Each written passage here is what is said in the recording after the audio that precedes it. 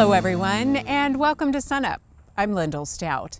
OSU researchers released a new wheat variety this week, the first beardless option in many years. To get up to speed, we visited with wheat breeder Brett Carver. We are very excited about a new beardless wheat variety from Oklahoma State University. It's an area of research we have devoted significant energy to. I think the most special thing about OK Corral is the way the head looks. The head does not have awns on it. We call that beardless. And the beardless type allows us to do more things in the field with a wheat variety than we can do with a bearded variety. OK Corral is unique in other ways as well. Talk about some of those other qualities. Yeah, it's unique in a way that I guess is kind of common. It should be common, but maybe it's not for beardless wheat. And in other words, it just does what bearded wheats should do and will do. It will yield, no doubt about it. It will win yield contest. It will also win, I think, some baking contest. Good combination of quality and agronomics, all packaged into the same variety just like it should be for a bearded variety. But in this case it's beardless, which again opens up options. Give us some insight into the name that was chosen, OK Corral. There's always a story behind the name with these varieties. Well, this story would be a short story. Most varieties, it does take some time to figure it out, but this one just came pretty quick, and Jeff Wright with Oklahoma Foundation Seed Stocks helped that process immensely. He was the one that came up with the name, and it's just, it connects the variety to the cattle market, you know, like it should, if it's going to be used for that purpose. Not necessarily, but for that purpose. But also I like to think of it as a variety that can corral some really tough diseases that we have to deal with in Oklahoma, and we have quite a few, what I call the Big 12 of wheat diseases. Oklahoma is a big dual-purpose wheat state. What kind of flexibility does this variety give growers during the growing season in terms of marketing decisions? Yeah, that's a very important point about making that decision in season. Sometimes with a beardless variety, if you know it doesn't have the quality that it should have to go into the elevator and go into our grain system, you pretty much have to dedicate that ground and that crop to a hay crop. With OK Corral, you do not. You can plant that crop and you can do one of three things with it. You can chop it, hay it off, or graze it out for that matter. You can graze it and then harvest it for grain as a dual purpose crop, just like we do a lot of our wheat varieties. Or you could just grow it for the grain. It is a grain only crop as well, and intended for that purpose. It really takes an entire team to develop these wheat varieties, years of science, including help from undergraduates. Very good. That's a very good point. We do have a weed improvement team, of course, that helps with the development of new varieties. But beyond our team, we have a cast of graduate students and sometimes undergraduate students that help in this research effort. Last but not least, there is seed available for this growing season. Yes, that's what we're talking now. In fact, in September instead of the usual time, January, February. Seed is immediately available to the tune of several thousand bushels of foundation seed. So there should not be a problem there of having access to it. Well, Dr. Carver, congratulations to you and the team once again, and thanks for telling us about OK Corral. Great, thanks for the opportunity.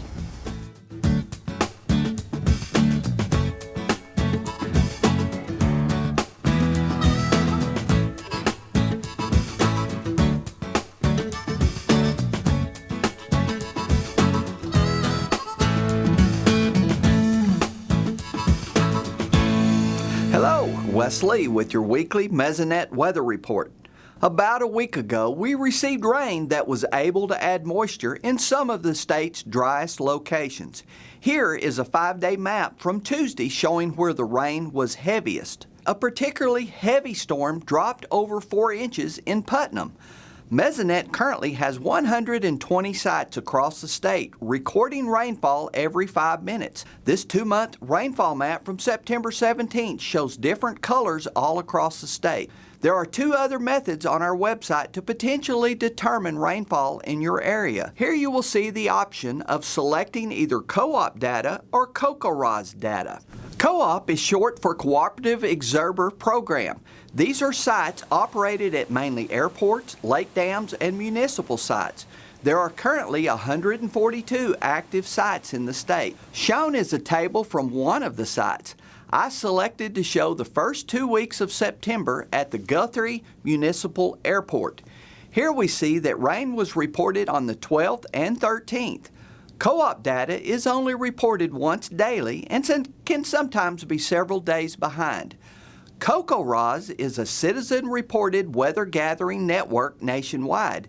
It started in Oklahoma in 2006 and currently has 180 people reporting daily rainfall. This is a map of CocoRa's reporters in Oklahoma County on September 13th.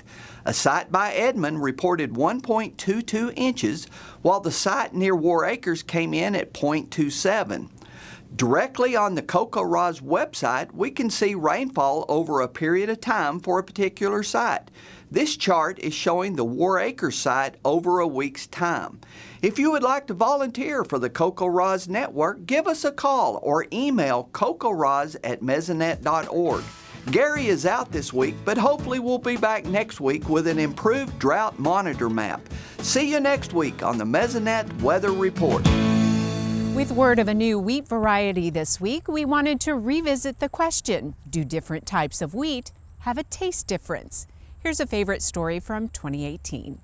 When I came here, I didn't know much about wheat, and I learned about these interesting competitions they have where students will grow their own wheat, send the wheat in, and then the university judges them. They look at the kernel size and they even go to the trouble of baking them. That's the same way we evaluate wheat varieties being considered for release to the public. But part of the evaluation never included taste. That just raised the question, could people really tell the difference? And so we designed a research experiment to test that. We wanted all of the wheat varieties treated exactly the same. And so all of this is standardized. Every sample was treated the exact same time, proofed the exact same time. So all of the samples are treated so close to the same that we're not influencing how tall the loaf rises or the taste. That's what we were shooting at. Norwood and I talked about, what, you think they'll be able to tell the difference? And I was like, nah, I don't think so. But I was really surprised and I was really shocked, and it really enlightened me. What we found is that for some varieties they couldn't tell the difference, but for some varieties they could. There were two in particular, the Gallagher and Ruby Lee varieties. People could tell the difference between the two varieties 68 to 75% of the time. For some instances, for some particular wheat varieties, people can tell the difference between them. We don't know if they like one more than the other. We don't know how different they are. All that we know is that often they can tell the difference. Used to, if you were going to make a cookie, they said you have to use pastry flour or you have to use low protein. That's the way you do it. But now bakers are like, you don't have to do it that way. If I use a high protein flour, my cookie turns out crisper or has a different mouthfeel. So I see a lot of bakeries kind of bending the rules and going non-traditional routes of flours that they use to get different tastes and different textures. It just begs so many other questions. Why do they taste different? How do they taste different? Do they taste so different that it matters? Do people really like one more than another? And Oklahoma is a leader in wheat breeding. We're very good at it. OSU produces really good strains of wheat. And so what this means is that it opens up a lot of opportunities for us. If we can differentiate our wheat not just by its milling properties, not just by its growing properties, but in its flavor profiles, that just opens up more opportunities for Oklahoma producers.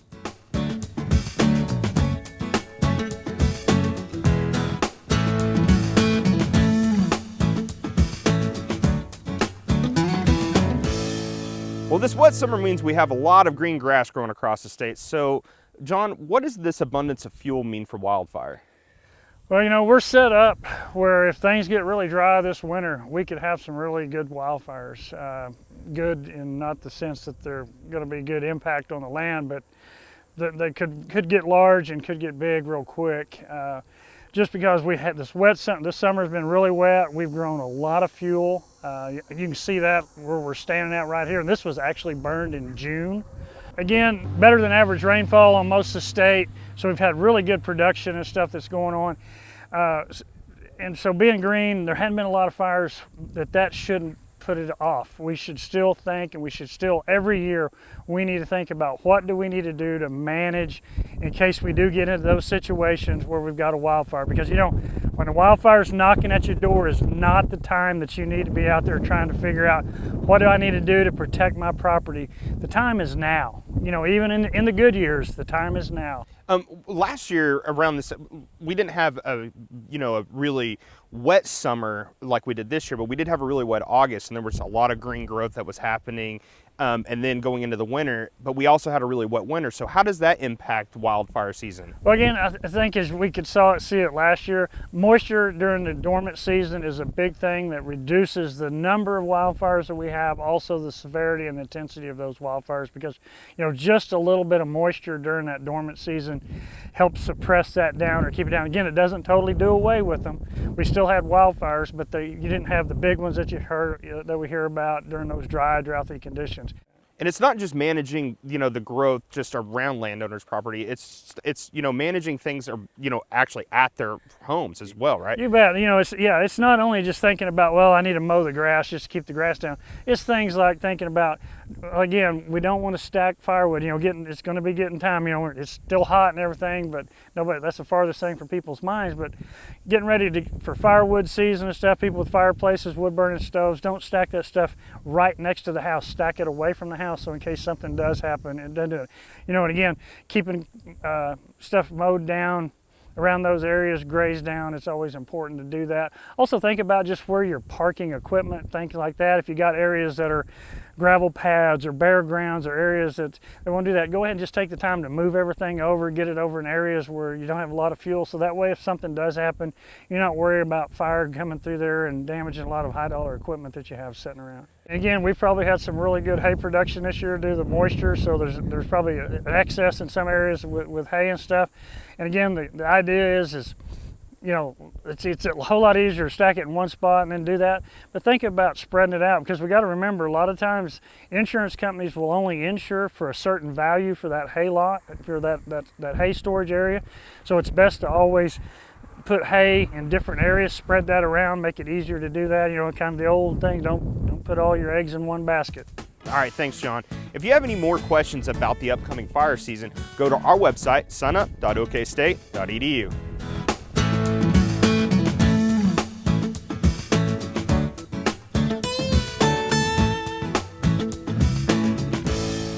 Had a little rally in the wheat prices, and Kim, that's a little bit of good news, but is there better news in the fact that maybe we've met the bottom? I think we bottomed out. Those downtrends started in late July, early August in both corn, wheat, and soybeans. You look at corn, it's rallied about 40 cents since the 1st of September. Beans is up about the same 40, wheat's up 30 cents. So yeah, I think for wheat, we broke that short run downtrend, and I think for most of the crops, maybe not for soybeans, just have to see how that harvest comes in, but I believe we pretty much hit the bottom on all of them. How much did the latest WASDE play into reaching the bottom in those? Well, if you look at the latest WASDE, I think the market's getting a little more comfortable with what corn production is going to be, and so I think that's already in the market. The corn harvest is going on. The wheat harvest moved up into northern U.S., Canada, so we're about 85% done around the world, and so I think we have better information now on our supply, and it's just a matter of demand. With all of that better information on supply and the potential for demand, is that going to cause the price of wheat to rise a little bit? Well, we'll just have to see now. You remember that the Black Sea area controls the price for wheat. That crop's the Ukraine's done, Kazakhstan done, Russia's probably 80% done, and only spring wheat coming. So we pretty much know, the Black Sea stocks are going to be tight. They're projected to export and have a very tight, their stocks to use ratio down around 9%. So as we come into next spring, we go into winter next spring, Russia and Black Sea areas are going to have exported. They don't have any room to spare there. And so if anything happens in the market, then we're going to have higher prices.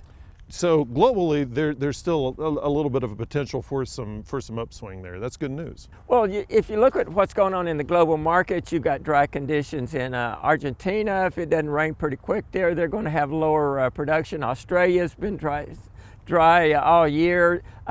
with the below average crop coming in, they lowered Australian production this last WASDA report. So you got dry conditions there and you got tight stocks in the Black Sea. So there's some potential there as we look in and come into the 2020 crop for higher prices. All we got to do is lose a little production and we're going to have higher prices. So let's look into the Kim Anderson patented crystal ball for wheat prices. Where are we looking whenever we get to December 2019 and then say June of 2020? Well, unless we have some surprises, and I don't think we're going to see anything out of the Black Sea, I don't think we're going to see anything out of Canada or US. That's all if we don't see any surprises in Argentina or Australia, I think we're going to have higher prices as we go into December, possibly even up to $4. As you look out into 2020, if you've got 12.5, 12.6 protein, 60-pound test weight, I think you're going to have near $5 wheat price. What's your overall strategy for the Oklahoma producer that's planting their wheat kind of like the research wheat back here behind us? Just make sure you produce a quality product. The key to your price is going to be that protein. If you have a ordinary wheat that's below 11% protein, you're going to be looking at the low $4 for a wheat price. But if you've got 12.6 or better, right now there's a 67-cent protein premium for 12.6 wheat. You add 67 cents to $4, you got $4.67. You're already near that $5. Produce a quality product. Okay, thank you very much. Kim Anderson, Grain Marketing Specialist here at Oklahoma State University.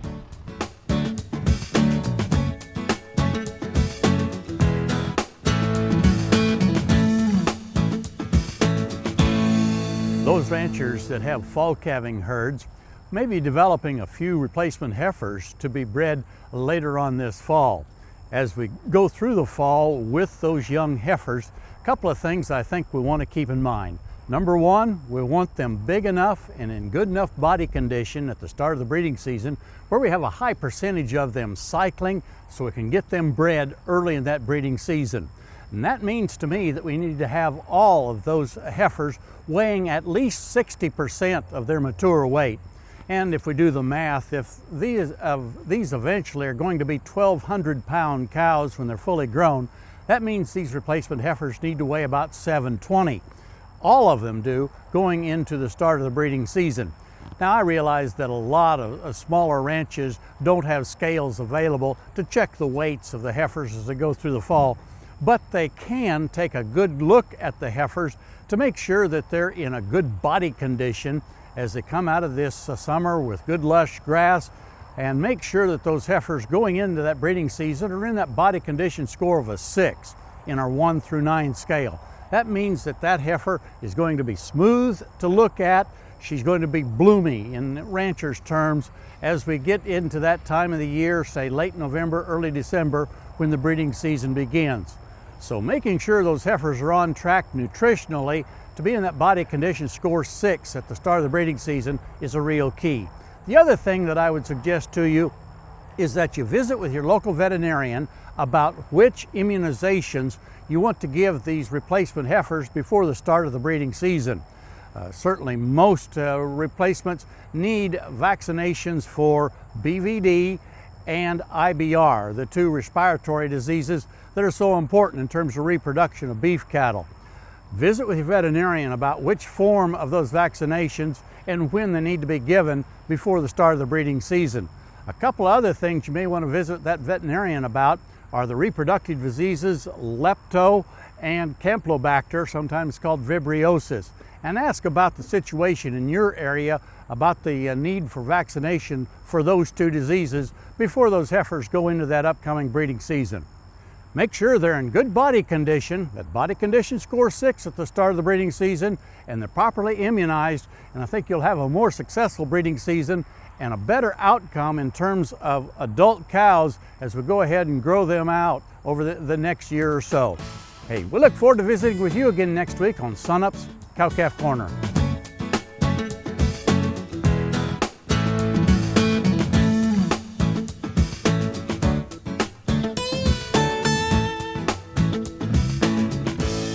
Well, it's that time of year where we start to take a look at the broader picture of the cattle markets. So, Derrell, let's start with boxed beef.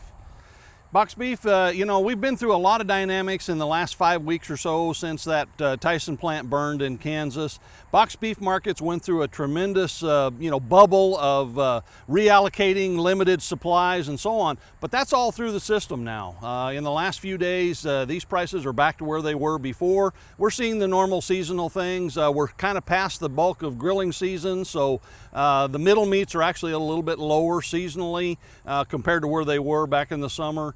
That's typical, and the end meats start to take on, you know, the chucks and the rounds. We get into more, you know, roast, you know, crock pot kind of season, and we see those markets pick up just a little bit. You mentioned the fire at the packing plant. Are fed cattle markets seeing any impact at all? They are still seeing, in fact, that's probably the biggest place we're still seeing impacts. That fire, you know, took down enough capacity in the industry that we're operating very near full capacity. So there's a lot of contortion still going on in the fed cattle market. Some of these cattle are having to be shipped several hundred miles extra to get them to some place to get them slaughtered and so on. You know, we've seen some weakness in those fed cattle prices. We've been maintaining slaughter rates, which is good. We're not getting backed up, but it's not easy. And so there's still some struggles there. It's going to be a few more weeks before we work through that. And there is one risk going forward, and that is that, you know, we're really pushing labor in the remaining industry pretty hard with a lot of large Saturday kills, those kind of things to make up for the lost capacity. That may not be possible to maintain or sustain that for many weeks. So we could still see some lingering issues here as we go forward in the next few weeks. How about feeder cattle? Feeder cattle markets, of course, are really looking at a number of things. They were initially shocked by the fire. I think most of that's really out of those markets, but feeder markets have been kind of on the defensive. You know, they're watching feed markets. We still have some uncertainty about the corn crop.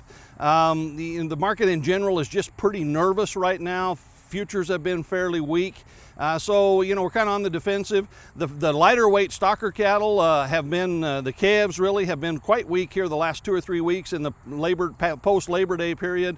I think some of that's going to come back. You know, we're probably going to see some stocker demand here as we go forward in the fall. That ought to help stabilize those markets.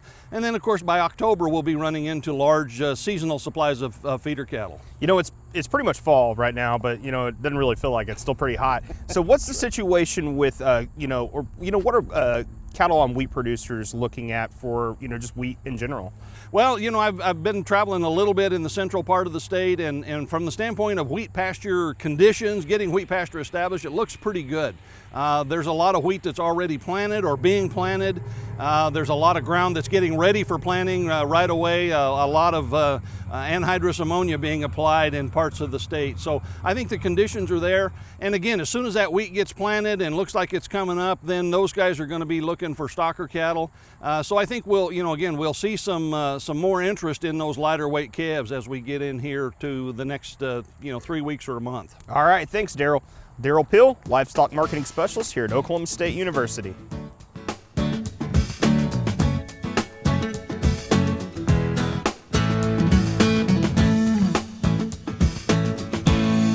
Recently I was looking at some goats and noticed that we were having some sore mouth issues with them. You can hear sore mouth referred to as contagious ecthyma or if you're down in Australia, they'll call it scabby mouth. It's a parapox virus that causes it. It typically infects young animals, although old animals can be infected if they've never been exposed to the virus. Typically it takes 4 days to 2 weeks for animals to show clinical signs once they've been infected. The animals pick the virus up most likely through contact with the virus in the environment. It penetrates the mouth through abrasions and sores, and then they get sick. Typically what you're going to see is blisters or vesicles around the mouth, the lips, maybe around the nostrils, and occasionally around the feet. You'll see these lesions. There's no treatment for this disease specifically because it is a virus. It's going to have to run its course, usually 1 week, upwards to 4 weeks before you'll get these animals healed. We may do things to soften those crust ups with some types of ointments or something of that nature. We may give them a An antibiotic just for secondary bacterial and lesions, but typically treatment doesn't speed up the process of healing. Preventing the disease, if you don't have the disease, be very careful about any animals you introduce to the herd because they could bring it in. You sure want to make sure you know where those animals are coming from. We need to keep in mind this is a zoonotic disease, so people can be infected with this virus and get lesions. So always be careful when you're dealing with animals that have this virus. Wear gloves, be sure and wash your hands frequently after having contact with these animals. If you would like some more information about sore mouth, just go to sunup.okstate.edu.